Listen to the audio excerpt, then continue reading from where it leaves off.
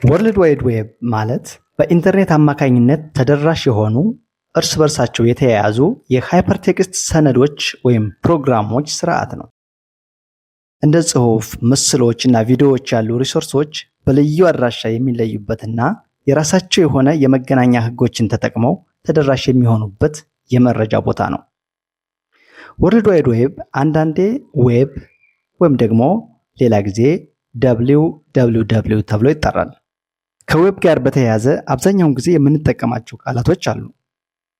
የመጀመሪያው ዌብሳይት ነው። ዌብሳይት ማለት በአንድ ዶሜን ኔም ስር ያሉ የዌብ ገጾች ስብስብ ነው። ለምሳሌ የንግድ ባንክን ዌብሳይት ልንወስድ እንችላለን። የኢትዮ ቴሌኮምን ዌብሳይት ልንወስድ እንችላለን። ሁለተኛው ደግሞ ዌብ ብራውዘር ነው። ዌብ ብራውዘር ማለት ዌብሳይቶችን ወይም ዌብ አፕሊኬሽኖችን ለማግኘትና ለማየት የሚያገለግለን ሶፍትዌር ነው። ለምሳሌ ጉግል ክሮም ወይም ፋየርፎክስ ልንጠቅስ እንችላለን።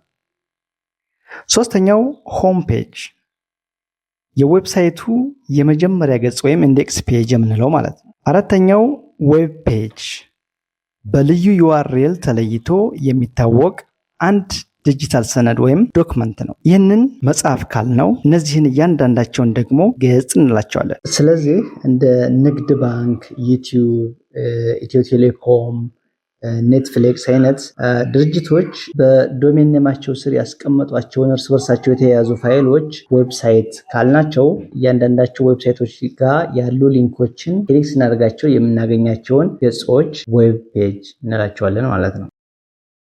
ለምሳሌ የንግድ ባንክን ዌብሳይት አክሰስ ማድረግ ብንፈልግ ኮምፒውተራችንን ከፍትና የፈለግነውን ብራውዘር ተጠቅመን ለምሳሌ እኔ ክሮም የተጠቀምኩ ነው።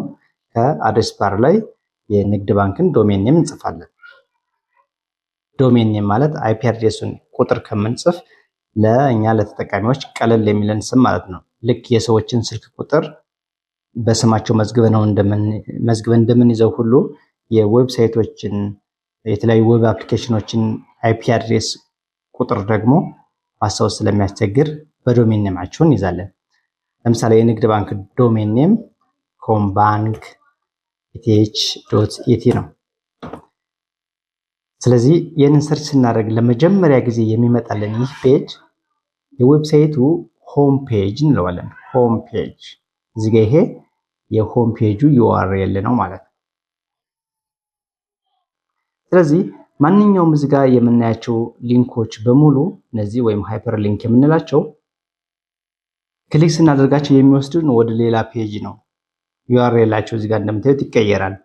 ያ ማለት እያንዳንዱ የኢንተርኔት ሪሶርስ ፋይል ሊሆን ይችላል፣ ቪዲዮ፣ ኢሜጅ፣ ቴክስት ሊሆን ይችላል።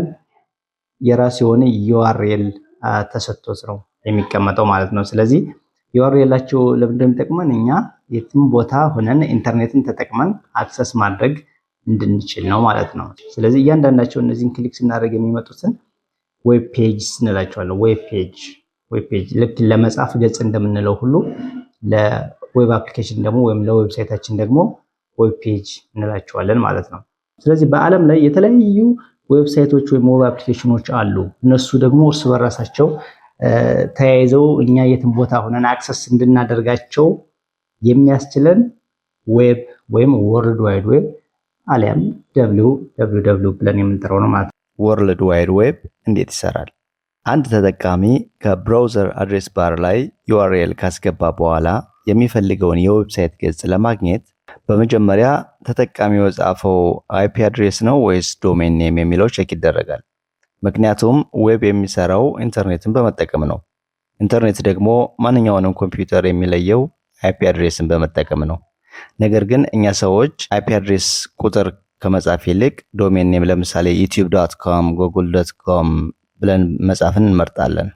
ስለዚህ አድሬስ ባር ላይ የተጻፈው ዶሜን ኔም ለምሳሌ youtube.com ከሆነ የምንጠቀመው ብራውዘር በመጀመሪያ ዲኤንኤስ ሰርቨሩን ያገኘዋል ወይም ዶሜን ኔም ሲስተም የተባለውን ሰርቨር ያገኘዋል። ይህ ዲኤንኤስ ሰርቨር ደግሞ የተሰጠውን ዶሜን ወስዶ አይፒ አድሬስ ለብራውዘራችን ይመልስልናል። ልክ እኛ የሰዎችን ስልክ ቁጥር በስማቸው መዝግበን መደወል በምንፈልግበት ጊዜ ስማቸውን ሰርች አድርገን እንደምናወጣው ማለት ነው። ስማቸውን ሰርች ስናደርግ ስልካችን በዛ ስም ሴቭ የተደረገውን ስልክ ቁጥር አውጥቶ እንድንደውል ይጠቅመናል ማለት ነው። ዲኤንኤስ ሰርቨርም በዛ ዶሜን ስር ያለውን አይፒ አድሬስ ነው ለብራውዘራችን የሚመልስልን ማለት ነው። ከዛ ብራውዘራችን የምንፈልገው ዌብሳይት ከተቀመጠበት ሰርቨር ጋር ግንኙነት ይመሰርታል። ሲቀጥል ብራውዘሩ ለሰርቨሩ HTTP ሪኩዌስት ይልካል። የዚህንን ዌብሳይት ኢንዴክስ ፔጅ እፈልጋለሁ ይላል ማለት ነው። ሰርቨሩ ጥያቄውን ከተቀበለ በኋላ የተጠየቀው ፔጅ ወይም ዌብ ፔጅ ካለ ፋይሉን ይልካል። እሱም HTTP ሪስፖንስ ይባላል። የሚልከው ዌብ ፔጅ ግን HTML ኮድ ወይም CSS የያዘ ጃቫስክሪፕት ወይም ደግሞ ፎቶዎችና ቪዲዮዎችን የያዘ ነው። ስለዚህ ሰዎች ደግሞ እነዚህን ኮዶች መረዳት ስለማይጠበቅባቸው ብራውዘራችን ይህንን ኮድ አንብቦ ሰዎች በሚረዱት መንገድ እንዲታይ ያደርገዋል ማለት ነው። በነገራችን ላይ ዌብ የሚባለው ነገር ስራውን ለመስራት ወይም ዌብ አለ ለመባል ቢያንስ 3 ነገሮች አስፈላጊ ናቸው። የመጀመሪያው URL ወይም ዩኒፎርም ሪሶርስ ሎኬተር የምንለው ነው። ማንኛውንም ኢንተርኔት ላይ ያለ የዌብሳይት ገጽ፣ ቪዲዮ፣ ፎቶ ወይም ቴክስት ለመለየትና ለማግኘት የሚጠቅም አድራሻ ነው። ሁለተኛው ደግሞ HTTP ወይም ሃይፐርቴክስት ትራንስፈር ፕሮቶኮል የምንለው ሲሆን ብራውዘራችን ሰርቨራችንን ፋይል ወይም ሪሶርስ ሪኩዌስት ለማድረግ ሰርቨራችን ደግሞ ለተጠየቀው ሪኩዌስት መልስ ለመስጠት ወይም ሪስፖንስ ለመስጠት ሲፈልጉ የሚግባቡበት ቋንቋ ወይም ህግ ነው። ኮሙኒኬሽኑ ሴኩሪቲ የሚያስፈልገው ከሆነ HTTPS ወይም ሃይፐርቴክስት ትራንስፈር ፕሮቶኮል ሴኩር የተባለውን የዚህንኑ የHTTP ሴኩር ቨርዥን ይጠቀማሉ ማለት ነው። ሶስተኛው HTML ወይም ሃይፐርቴክስት ማርክአፕ ላንጉጅ የምንለው ነው። ይሄ ደግሞ ዌብ ገጾችን ለመፍጠር የይዘታቸውን ስትራክቸር ለመስራትና አንዱን ገጽ ከሌላው ገጽ ለማያያዝ ይጠቅሙናል ማለት ነው። በነገራችን ላይ ወርልድ ዋይድ ዌብን ወይም ዌብን የፈጠረው ሰው ቲም በርነርስ-ሊ ይባላል። ለመጀመሪያ ጊዜ የተሰራው ዌብ ፔጅ ደግሞ ይህንን ይመስል ነበር።